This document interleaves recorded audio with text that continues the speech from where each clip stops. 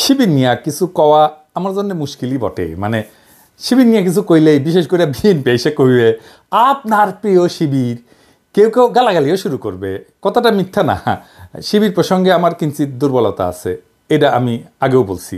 তাও আমি চেষ্টা করব বস্তুনিষ্ঠভাবে আলাপটা করার। আমি যে কথাগুলো বলবো আপনারা কানেক্ট করতে পারবেন ঐতিহাসিক ঘটনার সাথে। আমি যে শিবিরকে এক্সট্রা খাতির করি নাই, জামাতকে এক্সট্রা খাতির করি নাই, সেটা আলাপ শেষ হইলেই বুঝবেন। জুলাই বিপ্লবের শিবিরের ভূমিকা বা কৃতিত্ব যদি বুঝতে যাই তাহলে একটু পিছে থেকে শুরু করতে হবে। প্রথমে দেখব আমরা হাসিনার বাকশালী শাসন এবং বাঙালি জাতীয়তাবাদের ইতিহাস চর্চার দিক থেকে। আন্দোলনের নেতাদের বয়স কত? ধরেন 20 থেকে 35, এইটুকু। তাহলে এদের রাজনৈতিক আর ঐতিহাসিক চেতনা পুরাটাই গড়ে উঠছে হাসিনার কঠোর বাকশালী শাসনে, বাঙালি জাতীয়তাবাদের একচেটিয়া দখলের মধ্যে, তাই না? তো এই তরুণ তরুণীরা কি দেখলো রাজনৈতিক পরিসর হিসাবে? তারা দেখলো বাংলাদেশ পুরোপুরি ভারতের দখলে। এই দেশের সংখ্যাগরিষ্ঠ মানুষের ধর্ম সংস্কৃতি যেন লজ্জার বিষয়। তারা নির্যাতনের শিকার। বাংলাদেশের রাস্তায় দাড়ি টুপি নিয়ে হাঁটা যায় না, পুলিশ ধরে। বাংলাদেশের সব মসজিদ হয়ে উঠছে আল আকসা মসজিদের মতো। ইসরায়েলের মতো পুলিশের ঠাসা থাকে মসজিদ। বাসায় ধর্মীয় বই রাখা যায় না, বলে জিহাদি বই। দাড়ি টুপি থাকা মানে তারা আয়নাঘরে আটকায় রাখা যায়। আয়নাঘরের দেয়ালে যে লেখা, সেটা তো সারা বাংলাদেশের সাধারণ মুসলমানের আর্তনাদ। আলেমদের নির্বিচারে গণহত্যা করা যায়। সর্বজন শ্রদ্ধেয় আলেমকেও রিমান্ডে অত্যাচারের শিকার হইতে হয়, বছরের পর বছর আটকা থাকে বিনা বিচারে। মুসলমানের সংস্কৃতি নির্বাসনে। আর বাংলাদেশে যে সংস্কৃতি সেলিব্রেট করা হয় সেটা আসলে বাঙালি হিন্দুর সংস্কৃতি। আনন্দবাজার আনন্দ না লুকায় উল্লাস করে নিউজ করে ঢাকার পয়লা যেন অষ্টমীর এক ডালিয়া, মানে পয়লা বৈশাখ। তো লিখতেছে কার সঙ্গে তুলনা করা যেতে পারে? কখনো মনে হচ্ছিল কলকাতার কলেজ স্কোয়ার বা এক ডালিয়ার পূজা মণ্ডপ, কখনো বা শান্তিনিকেতনের বসন্ত উৎসবের চেহারা। তাসের রমনার বটমূলের বৃন্দগানী হোক, কিংবা ঢাকা বিশ্ববিদ্যালয়ের সামনের রাজপথে মঙ্গল শোভাযাত্রা, পুজো বসন্তের উৎসব মিলেমিশে একাকার ঢাকার নববর্ষের সকাল। কি আনন্দ! এটাই চাইছে ইন্ডিয়া, এটাই চাইছে আওয়ামী লীগ। এই কলকাতার সাংস্কৃতিক বিজয়কেই আওয়ামী লীগ বাকশাল বাঙালি জাতীয়তাবাদ দেশের স্বাধীনতা হিসেবে উপস্থাপন করছে। আওয়ামী লীগের যে বাঙালি জাতীয়বাদের ইতিহাসের যে বয়ান, তারা বলে যে 47-এ একটা ভয়ানক ঘটনা ঘটছে, দেশ ভাগ, ভারত ভাগ হয়েছে। ভারত ভাগ হয়ে ভারত আর পাকিস্তানও তাদের জন্য মহাবিপর্যয়। কিন্তু অবাক ব্যাপার দেখেন, ব্রিটিশ ভারত, যেটা আসলে মূলত মোগল হিন্দুস্তান ছিল, সেটাই মানতে চায় না তারা। তারা এটাকে মিথিক্যাল ভারত হিসেবে দেখে। সেই ভারতই হইল আজকের ভারত, সেই মহাভারত, যেটা ভাগ হয়ে নাকি পাকিস্তান সৃষ্টি হয়েছে। তাহলে ইতিহাসের সবচেয়ে বড় ভিলনকে এই ইতিহাসে? জিন্না, তাই না? তাহলে আমার স্বাধীনতা তো অভিশপ্ত, কারণ যেই মহাভারত ভেঙ্গা পাকিস্তান তৈরি হইল, যেই পাকিস্তান আমাদের পূর্বপুরুষের লড়াইয়ের ফসল, সেটাই যদি ভুল হয় তাহলে সঠিক কোনটা?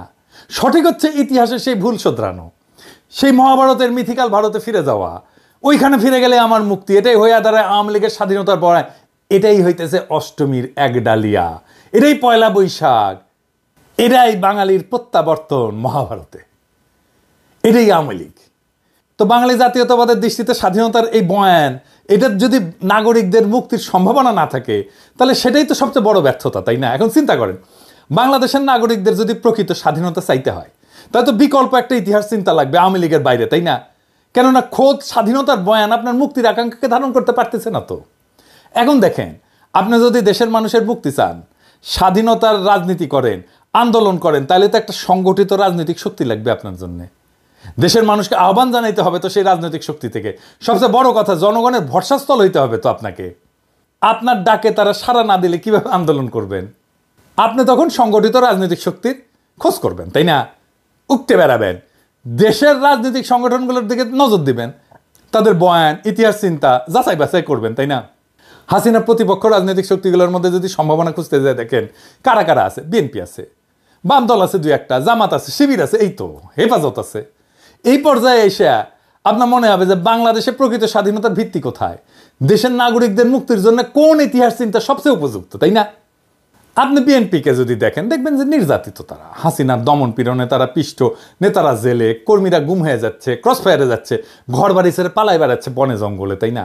ভালো একটা সম্ভাবনা খুঁজে পেলেন, মজলুম দল সাধ্যমতো লড়াই করতেছে, রক্ত দিতেছে, তখন তাদের ইতিহাস চিন্তার দিকে নজর দেবেন। আপনি কি পেলেন? আপনি তো খুব একটা স্পষ্ট কিছু বুঝতে পারলেন না। বিএনপির মধ্যে আপনি তো গণতন্ত্রের দাবি দেখবেন, ভোটের দাবি দেখবেন, তারা একটা ভোট চাইছে। তাদের মধ্যে ভারত বিরোধিতা আছে একটা সেকশনের মধ্যে। বিএনপির লোকেরা বলে না যে আপনারা দেখতে পান না, আমরা তো তিস্তা নিয়ে প্রোগ্রাম করছি, লং মার্চ করছি ইন্ডিয়ার বিরুদ্ধে, আমরা কি ইন্ডিয়ার বিরুদ্ধে কথা বলি না? সত্য, কিন্তু এটাও সত্য বিএনপির মধ্যে ভারতকে সন্তুষ্ট কইরা দেশে গণতন্ত্র ফেরানোর আশাও আছে। তো এটা তো মিথ্যা কথা না, তাই না? আপনারা তো দেন দরবার করছেন, করেন এখনো, তাই না? আপনারা তো অমিত শাহের কাছে কুজা হয়ে দাঁড়ান, আপনারা তো আদানির জন্য ওকালতি করেন, তাই না? অর্থাৎ খোদ দখলদারের কাছে নিজের মুক্তির জন্য সাহায্য চাইছেন। বড়ই অদ্ভুত ব্যাপার। তো এই দ্বন্দ্ব আপনি বুঝতে পারবেন না সহজে। ভারতকে নিয়ে কিছু বলা যাবে না, হিন্দুত্ববাদকে নিয়ে কিছু বলা যাবে না। হাসিনার আমলে এই আলাপ আসছে মূলত বিএনপি মনা অ্যাক্টিভিস্টদের কাছ থেকে। এমনকি আপনারা খেয়াল করলে দেখবেন ভারতীয় পণ্য বয়কট আন্দোলনে যারা আমার সবচেয়ে বেশি বিরোধিতা করছিল তাদের আপনি বিএনপি পন্থী বলেই চিনতে পারবেন। আমি আর নাম বলি না। আবার এটাও সত্য বিএনপির শীর্ষ নেতৃত্ব ভারতীয় পণ্য বয়কট আন্দোলন সর্বাত্মক সাহায্য সমর্থন করছিল। আমি নিজে সাক্ষ্য দিচ্ছি। আমি যখন বলতাম যে ওনাদেরকে, বিএনপি নেতাদেরকে, যে ওরা কেন এরকম করে, তখন বলে ও না, ওরা আমাদের লোক না, আমাদের সাপোর্টার। তার মানে বিএনপির মধ্যে এক একটা ভারত প্রশ্নে সলিড কোনো অবস্থান নাই। নানা অবস্থান আছে, নানা মত আছে, এর মধ্যে চরম ভারতপন্থী অংশ আছে। ওইদিকে তাদের কোনো সুস্পষ্ট ঐতিহাসিক অবস্থান নাই জনতার সামনে। নিজেদের ইতিহাসের বয়ান স্পষ্ট করে উপস্থাপনা করেনি বিএনপি। বিএনপির একটা ইন্টারেস্টিং দাবি ছিল, সেটা কি জানেন? সেটা হচ্ছে আওয়ামী লীগের চেয়ে বিএনপির মধ্যেই নাকি মুক্তিযোদ্ধা বেশি। জিয়াউর রহমান স্বাধীনতার ঘোষক, তাই না? তখন আপনার মনে পড়বে যে স্বাধীনতার বয়ান আপনাকে আওয়ামী লীগ খাওয়াইতেছে তার আর একটা ভার্সন বিএনপি। হাসিনার সঙ্গে বিএনপির বিরোধ আসলে কি নিয়ে? তাদের পার্থক্য কেবল মুক্তিযুদ্ধের মালিকানা নিয়ে। যে বয়ানে হাসিনা 100% নিয়ন্ত্রণ দাবি করতেছে, বিএনপি সেখানে অংশীদার হইতে চায়। আর কি, সে দেশ শাসন করার অধিকার চায়। এখন এইটা একাই আওয়ামী লীগ করতেছে, তাই না? তো ঘটনা বোঝার জন্য আপনাকে যখন জিন্নার দিকে ফিরতে হবে, তখন দেখবেন বিএনপির কাছে জিন্নাও ভিলেন, অথবা তারা এই বিষয়ে স্পষ্ট কোনো অবস্থান নেয়নি। বাঙালি জাতীয়তাবাদের ইতিহাস চিন্তা থেকে বাড়ায় আসতে না পারার কারণেই বিএনপি বুঝতে পারে না যে পাকিস্তান ইতিহাসের একটা অপরিহার্য ঘটনা। এটি কেবল ব্রিটিশ ভারতের স্বাধীনতা ছিল না, বরং মুসলমানদের জন্য একটা নিরাপদ রাষ্ট্র তৈরির প্রয়োজনীয়তা ছিল। শুধু মুসলমান না, ভারতের সংখ্যালঘুদের জন্য নিরাপদ রাষ্ট্র তৈরির প্রয়োজনীয়তাও ছিল। জিন্না তো ভারতের সংখ্যালঘুদের নেতা, হ্যাঁ ঠিক, মুসলমানদের নেতা না, সংখ্যালঘুর নেতা। হিন্দু দলিতের নেতাও ছিল জিন্না। পাকিস্তানে যারা হিন্দু ছিল তারা ছিল দলিত। পশ্চিম পাকিস্তানের দলিত সুজাক তেহরিক দল আছে হিন্দুদের, এরাই কিন্তু পাকিস্তানের সংখ্যাগরিষ্ঠ হিন্দু। পূর্ব পাকিস্তানের যোগেন মণ্ডল জিন্নার সাথে ছিল নমশূদ্রদের নেতা। যোগেন মণ্ডল থাকতে পারেনি পরে, সেটা ভিন্ন আলাপ, আমি ওই আলাপে আর না যাই। মানে ধরেন যোগেন মণ্ডল পাকিস্তানে থাকতে পারেনি, তো বাঙালিরাও তো পাকিস্তানে থাকতে পারেনি ভাই, আমরাও তো থাকতে পারিনি, তাই না? সেই আলাপটা অন্য আলাপ। ব্রিটিশরা চলে যাওয়ার পরে মুসলমানরা হিন্দু সংখ্যাগরিষ্ঠ রাষ্ট্রের সংখ্যালঘু হয়ে পড়ে, যেখানে রাষ্ট্রের ভিত্তি গণতন্ত্র এবং আইনের শাসন না, বরং একটা বিশেষ জাতীয়তাবাদ, নিখিল ভারত ধারণা, যেটা আসলে হিন্দুত্ববাদ। এই সংখ্যালঘুকে বাঁচাইতে জিন্না পাকিস্তানের ধারণা নিয়ে লড়াই করছে। নাহলে আজকে ভারত যদি অখণ্ড থাকতো, ভাবতে পারেন এই পুরা ভারতীয় মুসলমান এবং দলিতেরা কি দুর্বিষহ জীবন পাইতো মোদির ভারতে, কি হইতো সেটা এখনই দেখতে পারতেছেন। তখন আপনি বুঝবেন জিন্না আসলে ইতিহাসের একজন ভিশনারি নেতা ছিল, ইতিহাসের একজন মহানায়ক ছিল। আপনি তখন বুঝবেন যে বিএনপি কেন জনতার মধ্যে গ্রহণযোগ্যতা পাচ্ছে না, বিএনপির আহ্বানে জনগণের সাড়া কম কেন। কারণ তার ভারত প্রশ্নে অস্পষ্ট রাজনীতি। এরপরে তখন আপনি জামাত শিবিরের দিকে নজর দেবেন, তাই না? কি দেখবেন? আপনার তখন মনে হইতে পারে যে এই জামাত শিবিরের মধ্যেই বিকল্প ইতিহাস চিন্তা পাওয়া যেতে পারে, যেটা আপনার আকাঙ্ক্ষার সাথে যুক্ত। আপনারা দেখবেন শিবিরের মধ্যে পাকিস্তান, জিন্না, ভারত বিরোধী অবস্থান একটা সুসংগঠিত বয়ান আছে। তারা বাঙালি জাতীয়তাবাদকে ভারতীয় জাতীয়তাবাদের একটা শাখা হিসেবে চিহ্নিত করতে পারে, সক্ষম। তারা বোঝাতে সক্ষম যে হাসিনা মুক্তিযুদ্ধের নামে ভারতীয় দখলদারিত্ব কায়েম করছে। আওয়ামী লীগ আসলে ভারতীয় আধিপত্যবাদী শক্তির হাতের পুতুল। এমনকি মওদুদি এবং জামাত পাকিস্তানের যে বিরোধিতা করছিল, তারাও এখন জিন্নাকে তাদের বয়ানে গ্রহণ করছে। তখন শিবির জামাত দেখলে আপনার মনে হইতে পারে যে এইটা বাংলাদেশের মানুষের মুক্তির একটা পূর্ণাঙ্গ প্যাকেজ। ইতিহাস বোধ আছে, ধর্ম আছে, ইতিহাস চিন্তা ঠিকঠাক আছে, ভারতকে সঠিকভাবে চিহ্নিত করা হয়েছে, বাঙালি জাতীয়তাবাদকে ভারতীয় জাতীয়তাবাদের শাখা হিসেবে চেনানো হয়েছে। আপনি যখন এই বিকল্প ইতিহাস চিন্তার সামনে এসে দাঁড়াবেন জামাত শিবিরের, তখন দেখবেন যে বিএনপি কেন জনগণের আস্থা পাচ্ছে না। কিন্তু আপনি যদি আরো গভীরে যান তাহলে দেখবেন যে জামাত শিবিরের ডাকেও জনগণ সাড়া দিচ্ছে না। কেন? এর কি কেবল হাসিনার দমন পীড়নের কারণে, নাকি আরো কোনো কারণ আছে? আসেন সেটা একটু বুঝে দেখি। জামাত শিবির প্রসঙ্গে একটাই অস্বস্তি বাংলাদেশের মানুষের মনে, সেটা হইতেছে জামাত শিবির কেন 1971 নিয়ে স্পষ্ট কোনো আলাপ করে না। তাদের বক্তব্য 1971 পুরাপুরি ভারতীয় ষড়যন্ত্র, কিছু গাদ্দার বাঙালির সহযোগিতায় ভারত দেশটাকে ছিনাই নিছে। আপনার মধ্যে অস্বস্তি তৈরি হবে, কারণ আপনি তো মানুষের বেদনা, চোখের পানি, রক্ত চেনেন, আপনি তো ইতিহাস দেখছেন। মুক্তিযুদ্ধ তো খুব দূরের ঘটনা না, এগুলো তো অস্বীকার করতে পারবেন না। আপনার তখন মনে হবে একদম নিরপেক্ষভাবে দেখলে 1971-এর ঘটনা কেবল ষড়যন্ত্র, দুর্ঘটনা না, এটি ইতিহাসের একটা গভীর বাস্তবতা, যেখানে লাখো মানুষের রক্ত ঝরছে।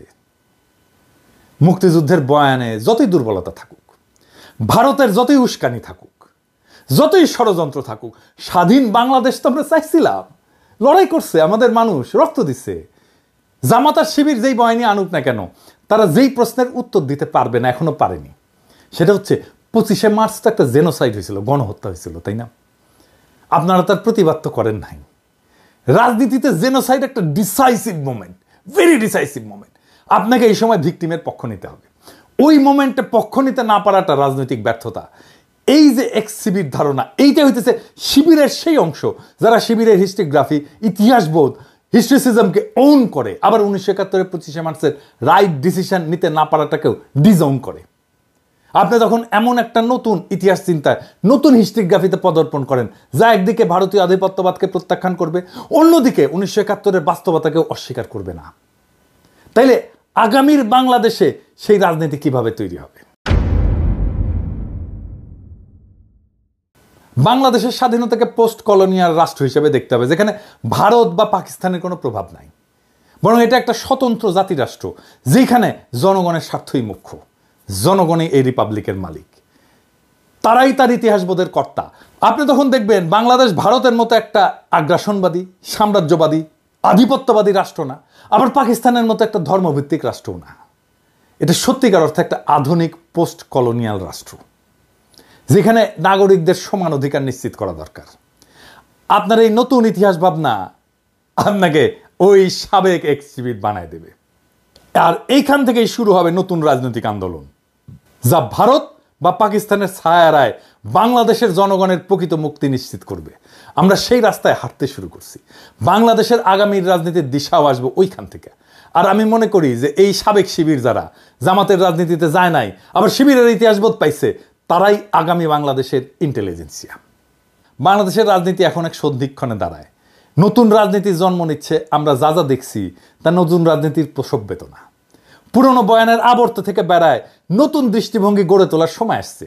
আমরা যদি সত্যি একটা স্বাধীন, সার্বভৌম এবং জনগণের কল্যাণে নিবেদিত রাষ্ট্র করতে চাই, তাহলে অতীতের ভুলগুলো থেকে শিক্ষা নিতে হবে এবং ভবিষ্যতের জন্য একটা সুসংহত দৃষ্টিভঙ্গি গড়ে তুলতে হবে। এটাই বাংলাদেশের আগামীর ইতিহাস চেতনা। ভারতের সেনাপ্রধান বলছে যে এই সরকারের সাথে সম্পর্ক নাই, কিন্তু আর্মির সাথে ভালো সম্পর্ক আছে। মানে বাংলাদেশের সরকারের সাথে সম্পর্ক নাই, বাংলাদেশের আর্মির সাথে সম্পর্ক আছে।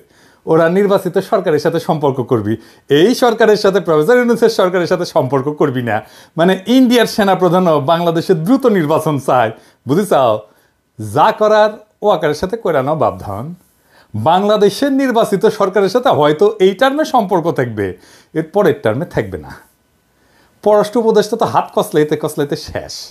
ইন্ডিয়ার রাষ্ট্রদূতকে ডেকে বলতে পারবে যে তোমার আর্মি চিফ তো সরকারের সাথে সম্পর্ক রাখতে চায় না, তো তুমি এমবেসি খুলে বসে আছো কে, রাস্তা মাপো। তো এই কয়েকদিন ছাত্রদল, বৈষম্য বিরোধী ছাত্র আন্দোলন আর ছাত্র শিবির নিয়ে মহা গ্যাঞ্জাম চলিচ্ছে। আমরা অনেকেই কইছে দাদা আপনি কিছু বলেন। আমি ছাত্রদল, বৈষম্য বিরোধী ছাত্র আর ছাত্র শিবির সবাইরাই তো ভালোবাসি, স্নেহ করি। আমার প্রশ্ন হইতেছে বাংলাদেশের তরুণদের এইভাবে বিভক্ত করলো কে? বাংলাদেশের তারুণ্যকে বিভক্ত হইতে দেওয়া যাবে না তো। আমার ডাইন হাতের সাথে বাম হাতের লড়াই কে লাগাই দিল? সবাইরই অনুরোধ, প্রেসিডেন্ট, সেক্রেটারি, শীর্ষ নেতারা এই সব দলের কেউ অন্যের বিরুদ্ধে বলবা না। আজ থেকে টিভি চ্যানেলে গিয়ে তর্ক করবা না, ডিফিউজ করো এখন থেকে। কয়েকদিন ক্ষান্ত দাও। এজেন্সির লোক শিবির আর ছাত্রদল সাইজা অন্যের উপর ঝাঁপায় পড়বে। আমি চোখে চোখে দেখতে পাইতেছি এজেন্সির লোকেরা পূর্ণ শক্তি নিয়ে নামে গেছে। লক্ষ্য হইতেছে ফ্যাসি বিরোধী তরুণ সম্প্রদায়ের মধ্যে ফাটল তৈরি করা। সফল হয়েছে তারা, পরস্পরের সাথে সংঘাত লাগায় দেওয়া সফল হয়ে গেছে। তবে এই ঘটনাগুলোর মধ্যে সবচেয়ে আলোচিত যে শব্দগুলো হইতেছে তাদের শিবির, এক শিবির। জুলাই আন্দোলনের নেতাদের মধ্যে যে এত শিবির থাকার ব্যাপারটা এবং আন্দোলনে যোগ দেওয়া অনেকের, বিশেষ করে এই যে সেকুলার শহুরে এলিটদের, এদের মনে মনে হয় লজ্জা লাগিছে। এমনকি হাসিনাকে হটানোর আন্দোলনেও তারা নামছিলেন। এই ব্যাপারে আফসোসও দেখা যাচ্ছে কারো কারোর মধ্যে। এদিকে জাতীয় নাগরিক কমিটি যেটা হয়েছে না, এর মধ্যে অনেক ওলট পালট চলতেছে। এক্স শিবিরদের নাকি ভালোভাবে অন্তর্ভুক্ত করা হইতেছে না, আবার যারা তাদেরকে নিতেছে না তারাও নাকি জীবনে কোনো না কোনো সময় শিবিরের সাথে সংশ্লিষ্ট ছিলেন। আন্দোলনের নেতৃত্বে শিবিরের ভূমিকা কতটা সেটা নিয়েও বিতর্ক চলতেছে। বাকশালী শাসনের প্রথা অনুযায়ী শিবির ত্যাগ দেওয়ার ঘটনাও নাকি ঘটতেছে। কয়দিন আগে মিজানুর রহমান আজারি একটা কথা বলছিলেন যে রাজাকার শব্দটা এখন সম্মানসূচক হয়ে গেছে। শুনেন, আমার নবীকে গালি দিত গণক, জাদুকর, এরপর গালি দিত পাগল, নির্বংশ বলে, আর আমাদেরকে গালি দেয় মৌলবাদী বলে, আমাদেরকে গালি দেয় রাজাকার বলে। রাজাকার শব্দটা তো এখন একটা অ্যাওয়ার্ড হয়ে গেছে, অ্যাওয়ার্ড। শেখ হাসিনার শাসনে আমরা তো জানি শিবির পরিচয় দেওয়ার উপায় ছিল না। শিবির ত্যাগ দেয়া, হত্যা, গুমের, মারধরের ঘটনা তো অগণিত। আবরারকে তো এইভাবেই মারা হয়েছে, তাই না? ফলে গোপন তো করতেই হইতো, উপায় তো ছিল না। হাসিনাকে হটানোর পরে বহু বছরের বার্তা ভেঙে গেছে।